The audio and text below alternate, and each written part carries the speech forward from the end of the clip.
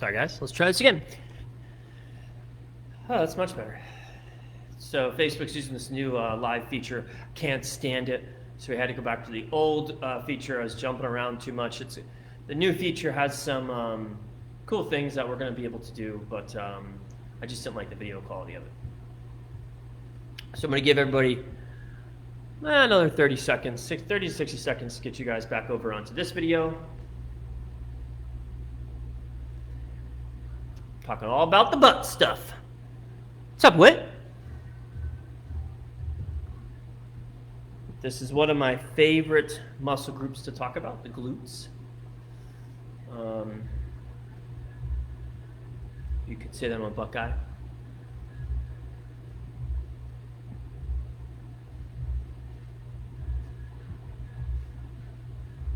Another minute.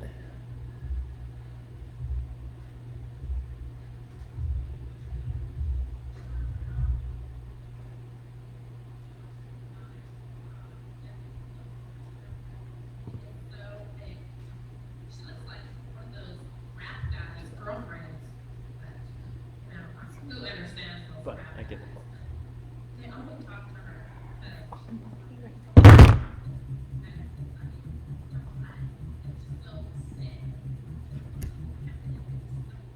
We're going to talk about the glutes today, 3 different glute muscles.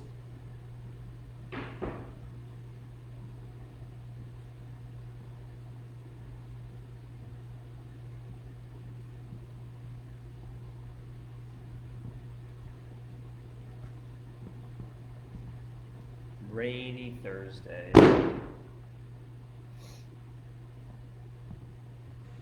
It's just my wave entry. Are you talking? Are you talking to me right now? Sorry, I wasn't sure if Jamie was talking to me or not.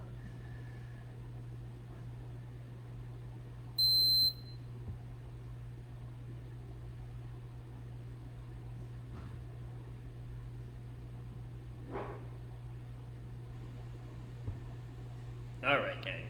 Let's get you started. Okay, glutes. Why are the glutes so important? When Hi, friends. I went to, when I was in school, I went to school for exercise science with a concentration on athletic training. I wanted to basically work with athletes. I wanted to do rehab and stuff like that. But I didn't want to do the PT. I wanted to work more directly with injured athletes at the school. So after I was done with school, that's when I got a job as a Division I strength coach with Bucknell University, and then I got a job with the military. And that was like over 16 years ago. 16 years ago, we knew that the hips were important, but we didn't know as much about the glutes as we know now. And part of that is because there was a certain individual that came out, and his name was Brett Contreras, and he just did a lot of research on the glutes. But 16 years ago, we knew that if somebody had if somebody had knee pain, if we get their hips stronger, then their knee pain went away. If somebody had lower back pain, if we got their hips stronger, their lower back pain went away. If they had hip pain, we got their glutes stronger, their hip pain went away, right? And so I would think of, I still do think of the glutes as, if you guys have ever driven in California, or if you've ever driven in an area that has like a 5-lane highway going this way and a 5-lane highway going this way, right? So 10 lanes. And you have all these cars that are merging, and you have all these cars that are getting off. I think of that as the hip complex, because you have all of these muscles that are coming into the hip complex.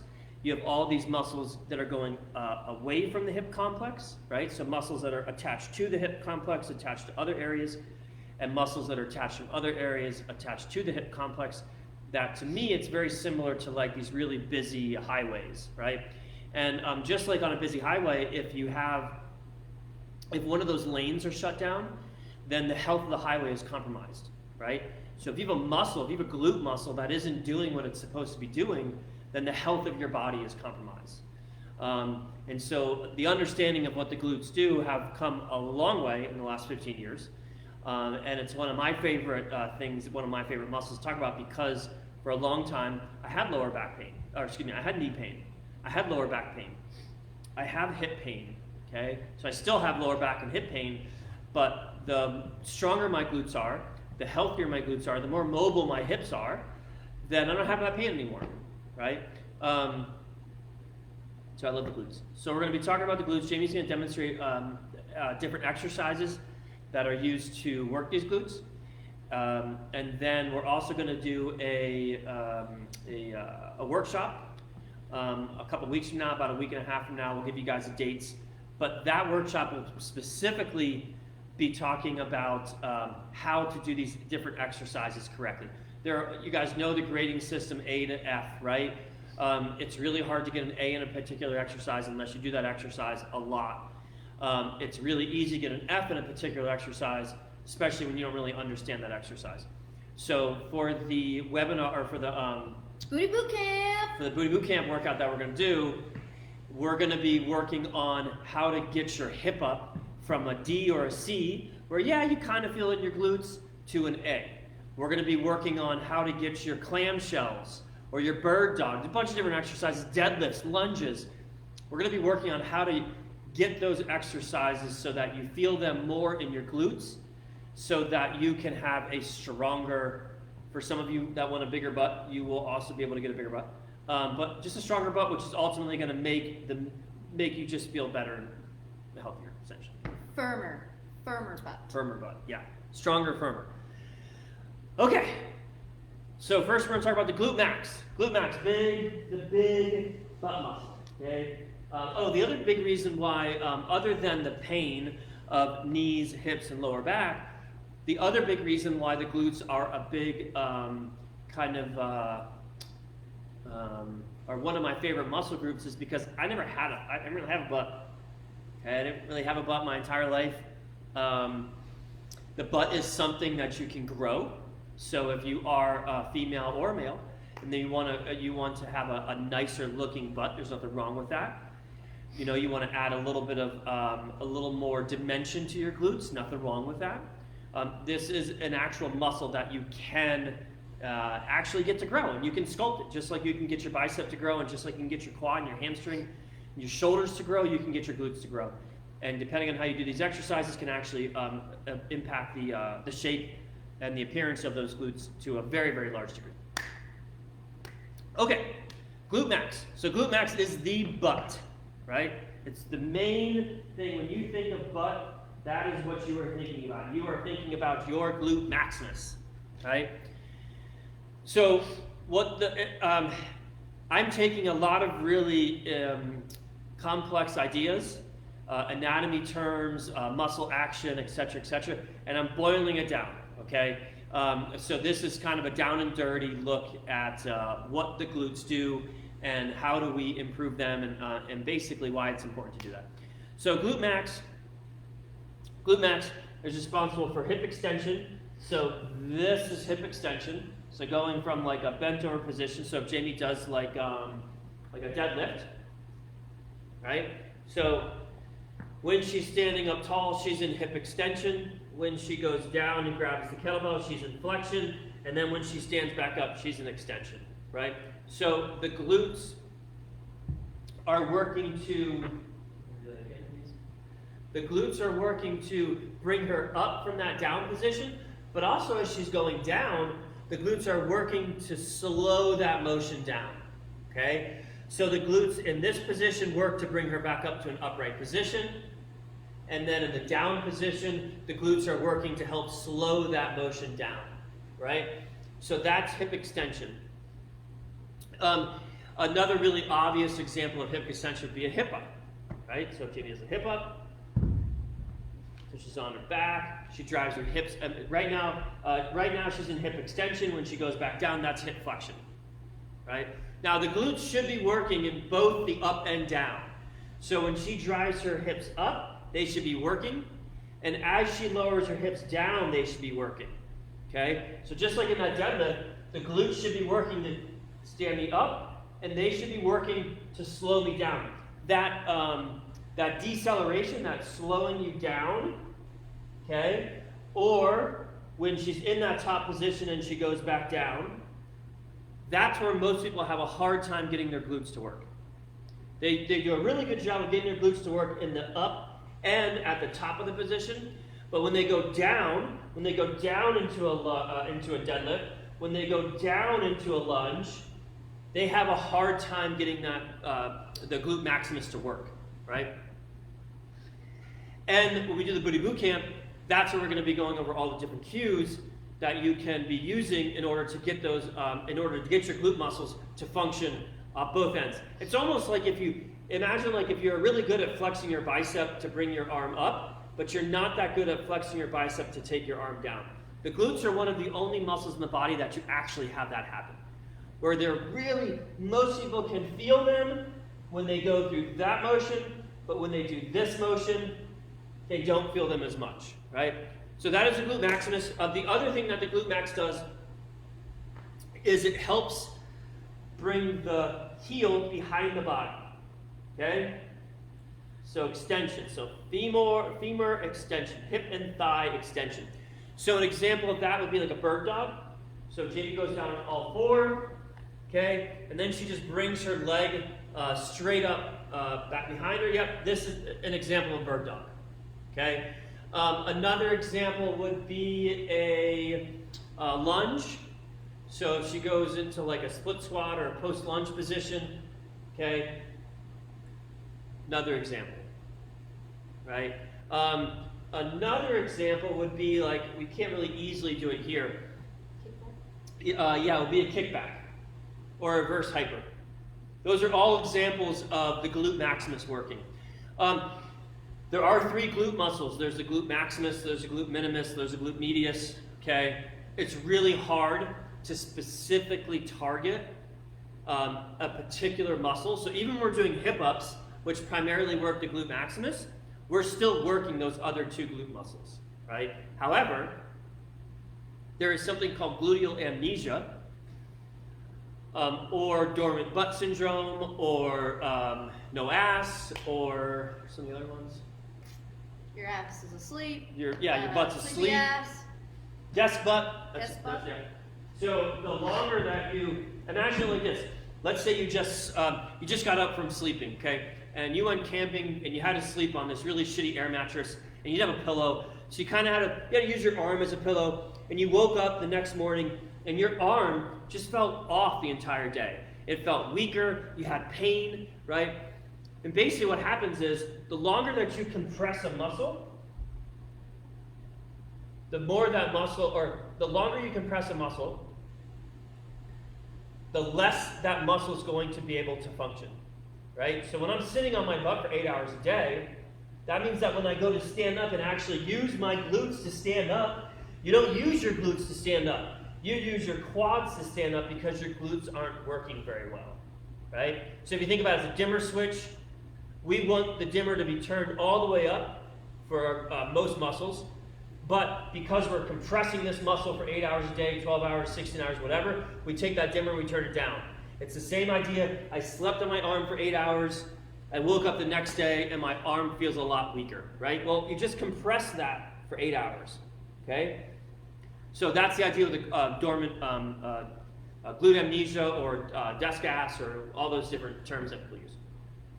Okay, so the importance of having a strong glute max, right? So first of all, it is power. So if Jamie does a kettlebell swing, the glutes are what is driving that kettlebell up. If you were to go into a jump, the glutes are responsible for the large amount of power that your body can produce, okay? So the glute maximus primary job is power production, right? Second, or you could still call this primary also, but it's a prime mover. So when you're walking, you should actually feel your glutes contract when you walk because you're going into extension. That heel travels back behind you. Anytime that heel travels back behind you, your glutes should be functioning. If you have heard us say, when you're doing any kind of a sled drag, if you heard us say like, push through your heel, what were you gonna say? Lead with your glutes. Like Lead with your glutes. Reverse. squeeze your butt, make sure you're focusing on getting that butt to work. You sit on your ass for 8 hours a day.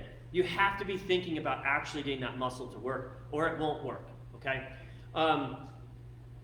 So prime mover, it does you secure a mate. So this is proven, okay? The larger your butt, in some cultures they like that, but I think it's pretty much guaranteed. Sir Mix-a-Lot said it best when he said, now I can't remember it, I like big butts and I cannot lie, right? So having a well-developed glute maximus, having a well-developed glutes, absolutely turn heads. They make you look better in a pair of jeans. They make you look better in practically everything that you're wearing. So not only do you now have your knees don't hurt anymore, your hips don't hurt anymore, and your lower back doesn't hurt anymore, but now your butt looks a lot better in jeans, or your butt looks a lot better in a skirt, right? And they just help you look good, basically. I had that twice. Secure a mate and look good. Moving on. So that was the glute maximus. All right, the glute minimus. Oh, little guy. Yeah, the glute minimus and the glute medius, for the most part, are pretty tiny muscles. So your glute maximus kind of runs around. Glute maximus runs like this. Okay, so it starts here. Or, excuse me, runs like this. I was looking at the opposite direction. So it starts here, and then it comes down like that. Okay, the medius and the minimus are going to basically turn to the side, about right about there. Yeah, the side glutes, those are basically both going to sit about like that, okay?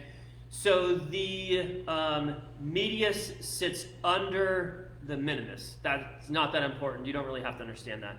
Just understand that they are layered on top of each other, right? And because they're all pretty much kind of pointing the same direction, so this is a little bit of Anatomy 01.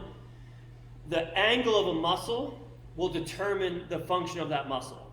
So the angle of the bicep is straight up and down.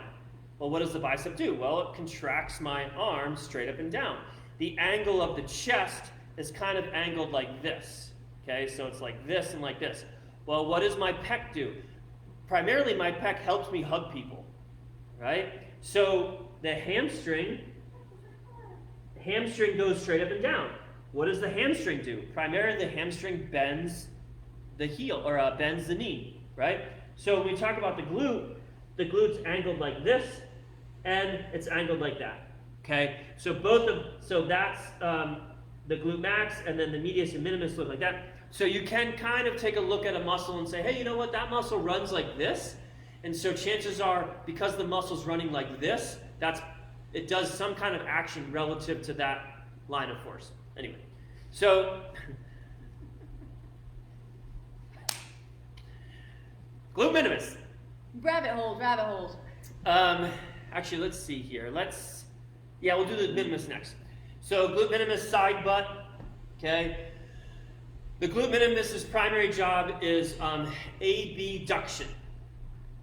Okay, so abduction. All that means is taking your foot away from your body, okay? But also if you're standing on one leg and you take my head away from my hip, that the glute medius and the glute minimus do both of those things, and then they also help a little bit with rotation, right?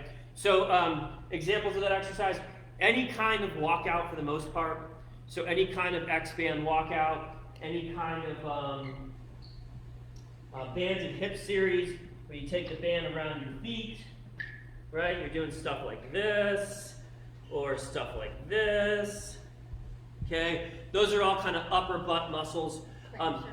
Clamshells, yep, clamshells are going to get you, they'll get you a little bit more in the external rotators we'll get to, but clamshells will get you, clamshells kind of get you more down in this area, which are the lower fibers of the glute medius and the glute minimus. Lower fibers. So they also help with single leg stance, right? So this gets into a particular movement called a hip shift or a hip drop. But basically, the way that you do this is you stand on something, okay? Ideally, you would not stand on something that can move like this. And then you drop your pelvis and you pick it back up, okay?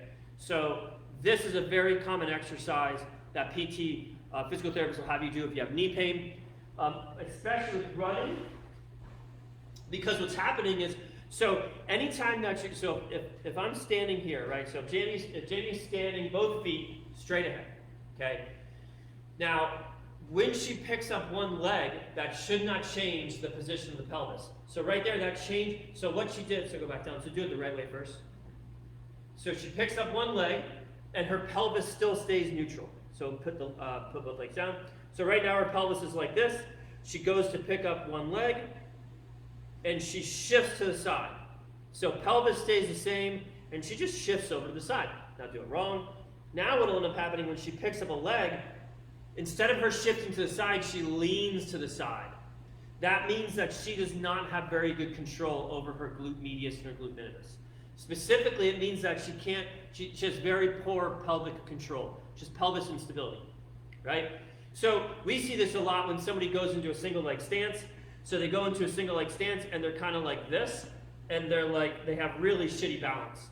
And so a lot of times we'll tell somebody, listen, when you go into a single leg stance, instead of doing this, push your hip out to the side. And you guys can see what that does to my upper body, right? So here's what we don't want to do. This is the correct position. When you get into the position, you will feel that side butt muscle contract because that side butt muscle is helping you, helping your pelvis stay level, right? So that's the glute minimus. The importance in the glute minimus and the glute medius is they pretty much do the same thing, right? Is they help stabilize your pelvis. So super important when you're walking, when you're running, they help stabilize your pelvis. Okay? They help your pelvis from moving too much, and also help your pelvis actually to help it move.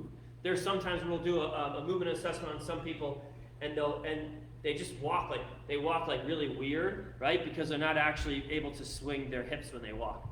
So there's nothing wrong with weird. Nothing wrong with weird. You can't help that. That's a muscle that's dormant. That's a muscle that we need to be able to get working again. So they help you stabilize the pelvis. They help stabilize the femur. And they help hold your pants up. Important. The glute medius, for all intents and purposes, does almost the exact same thing as the minimus. In fact, for you guys, Anatomy 01, Exercise Science 01, there isn't really a benefit for you guys to really understand the difference between those two glute muscles in the grand scheme of things. All right, the last thing that I want to talk about for the glutes, doing pretty good on time, is your external rotators. Okay, so when you're doing your X-band walkout, that's glute median and min.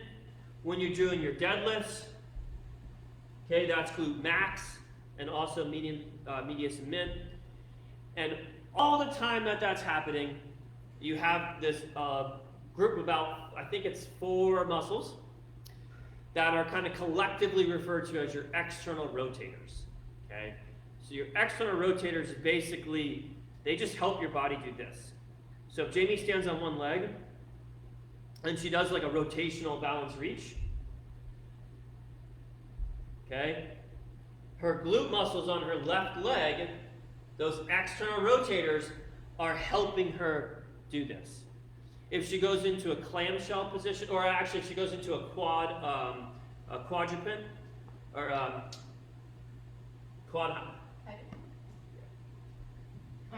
so quadruped position with a hydrant, that's external rotators. Those external rotators are right down in here. Okay? So they're basically kind of where the femur comes up and it sits right into the pelvis. Those external rotators are right down here. Right? And their job, again, is just to help control this motion, this rotation motion. Clamshells are a great exercise for that. If you have fully functioning glutes, meaning that none of your glute muscles are inhibited from inactivity or from sitting on them or from having a weak butt or whatever the case may be. Injury, that's a big one. Any kind of lower body injuries, the glutes will turn off. That's a safety mechanism, okay? That's an evolutionary safety mechanism. And basically the body, like, let's say it was 3,000 years ago, and or 8,000 years ago, I don't know, whatever. Long time ago, we didn't have hospitals, we didn't have physical therapists, and you sprained your ankle, you rolled your ankle, right? Well, if you roll your ankle, you sprain your ankle, when you're a hunter-gatherer, the last thing your body wants you to do is be able to sprint, right? And when we talk about sprinting, you cannot find a good sprinter without a big butt, okay? Because of that power production, right? And so if I'm a hunter-gatherer and I'm living off the land, and I have to chase my food down, I have to go hunting, my body will turn my glutes off. Because if I all of a sudden have to start sprinting and running after an animal or prey, and I just sprained my ankle, the likelihood of me injuring my ankle more is much higher. So the body says, yeah, you know what? I don't want you to do that. So I'm going to take these muscles, and I'm going to turn these muscles down, so that way the potential to re-injure the ankle is less. And that will stay there for the rest of your life, okay? So lower body injuries are almost always associated with weak glutes. Whether the chicken came, like the chicken or the egg kind of argument, like, well, did I have weak glutes and that's what caused my lower body injury? Or did my lower body injury cause me to have weak glutes? That's a, I don't know. Who knows? But we do know that they're both connected, okay? So if you have sprained your ankles in the past, you have weak glutes. If you have knee injury or a knee issue or a knee injury, you have weak glutes, okay? If you've had a lower back injury ever in your life, right? Like you could say you have weak glutes. I know for personal experience that has happened to me, and I totally lost my ass after I injured my back, and those are the muscles that I had to attack first as far as strengthening, right? To get, basically be able to move, touch my toes, I had to work on my glutes. Yeah, I also had to attack those muscles first. So when you talk about a lower back injury, okay, what happens with a lower back injury, and if you guys have ever had a lower back injury, you've already experienced this. When you have a lower back injury, you walk around like this, and you don't want to move, right? So hip flexion. So I'm not able to get into this position. So because I'm never able to get into this position, my butt never actually has to work, because it keeps me in this position. It hurts, oh, I can't move, right? The same evolutionary process happens. The body says, you know what? I don't want you being able to sprint after that animal. I don't want you being able to move quickly because we're compromised right now. And so I'm going to turn these down to prevent you from re-injuring yourself, right? I think we covered it all. You get it all? I think so. Good. The last thing, why do we constantly tell you to squeeze your butt at the top? All right. So, because no one else will. Yeah, A, because no one else will. If you do not squeeze your butt at the top, nobody else will. That's A. That's the first thing, okay? The more that you can, so mind to muscle connection, right? There is this exercise, it's called a concentration curl. And basically what you do is it's like the classic bodybuilding, right? This is called a concentration curl. And you're supposed to stare at your bicep when you do this, right? So the whole idea with that is this mind to muscle connection, okay? So when I'm looking at the working muscle, I have a greater potential to actually get that muscle to contract, right? I can't really look at my butt. So we have to use other things. We have to use other mind-to-muscle connection tips to get you to be able to actually get your glutes to work. And one of those is just squeeze at the top. So by you guys squeezing your glutes at the top of everything that you do, and when we say at the top, right, we mean at the top of, for those of you that are new with us, right, and didn't get a lot of experience with us as coaches in the gym, you're squeezing at the top of motion, right? So at the top of a deadlift, top of a RDL, the top of a squat, right? At the top of your hip up. I tell people all the time, even I go as far as when you go upstairs, if you have chronic knee pain and you go upstairs a lot, right? Or you like to hike and you're coming down, right? Right, you're using your glutes, right? I tell people, if you want a little bit of extra glute work, when you're going upstairs, right? We have a lot of people that work at Dartmouth. They go up lots of stairs. Squeeze your glute at every stair. Your glutes will be tired by the time you get to the top of those stairs.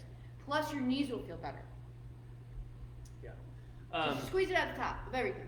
You're showering, squeeze your butt. Doing dishes, squeeze your butt. Okay?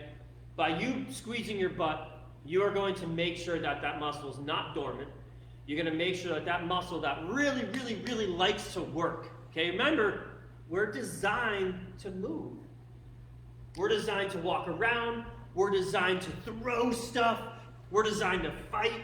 We're designed to do these very, very, very powerful things. We are not designed to run long distances fast. We are designed to move short distances quickly or long distances slowly. And as human beings, as hunters, we prefer short distances quickly.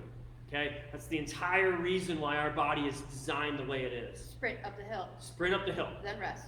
Grab that thing. Fight that person, right? Whatever it is, okay?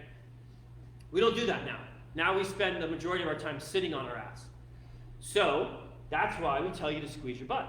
Because the more you can squeeze your butt, right? So for instance, when I squeeze my butt, I know all of my muscles are firing because I can feel them.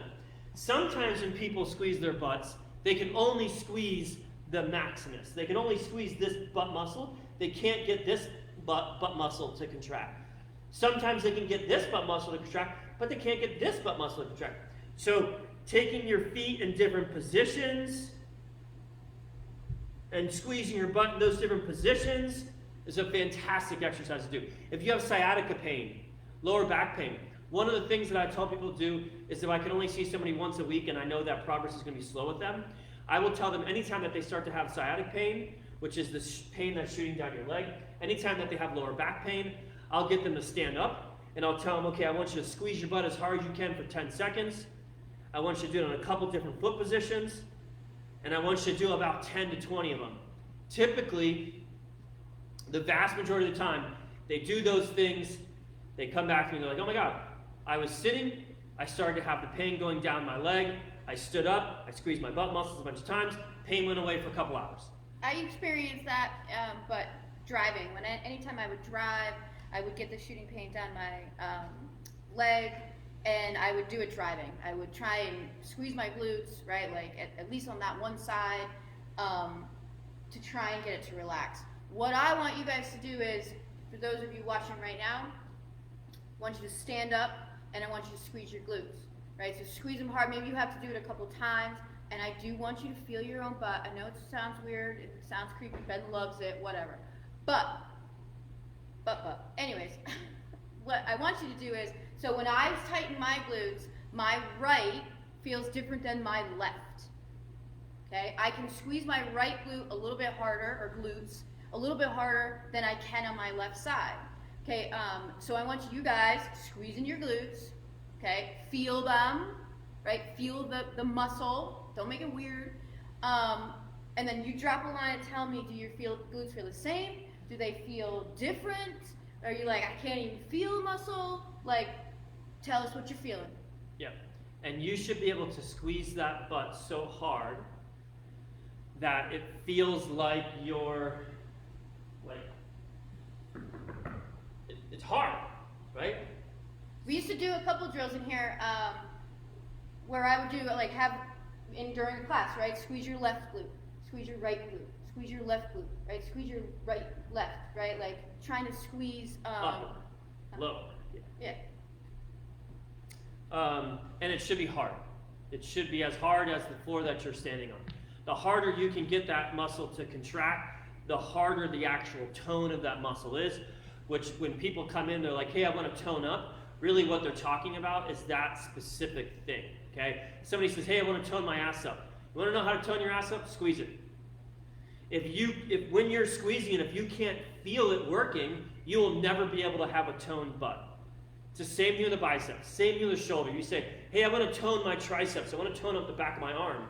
Okay, well, if you're doing push-ups, and you're doing push-ups the wrong way, or you're doing dumbbell bench press, you're doing it the wrong way, you'll never be able to actually get that muscle tight to actually firm it up, okay? All people are talking about when they say, I want to increase the tone of it, I want to tone up, they're just talking about actually being able to get that muscle to work so that it holds a tone that is firmer than it's resting, right? So if I like get up out of a chair and you poke my butt and it's pretty soft, but then after a couple butt squeezes and I'm walking around and you poke my butt and now it's a lot firmer, I have increased the tone. It's the same as, right, swole, super swole, right? Swole. We do a workout, your biceps are bigger than they were, right, when you started, right? You got blood pumping, call it butt pump, whatever. Same thing. So a couple of things that, right, this is sort of an introduction. Here are the 3 glutes. This is what they do, right, and why they're important. During Booty Boot Camp, right, we'll go over more specifics, right? We see a lot of people when they either do their deadlifts or maybe lunges, when they come up out of it, right, they do squeeze their glutes, but they also give this little lean back, right? So how can we clean that up? How can we drive up just through the glutes and hamstrings, right? Not use the back, right, with an arch. How we can clean up hip ups, right? How you can get the most out of those hip ups. How you can reshape the glutes, right? That's what we'll be doing in Booty Boot Camp. Yep. The hip ups, And let's sweat, let up. yeah, if Maybe. Jamie and I both always go back to hip ups. So like somebody comes, hey, I have knee pain, 100 hip ups. I have lower back pain, 100 hip ups, okay? But you actually have to be able to get that exercise doing what it's supposed to be doing, where you actually feel it in your glutes, as opposed to just going through the motion of doing hip ups, because that's not going to cut it. And that's what will be going on in Booty Boot Camp. It will be a workout. Will be a workout. All about the glutes. Oh yeah, Booty Boot Camp. All about the glute. I think we hit it all. You got anything else? Nope. Tell us what your glutes feel like. We want to know. Yeah. We haven't been looking at them. Nah. We haven't seen them in a while. All right, guys. We will see you next week, and we will see you in the group.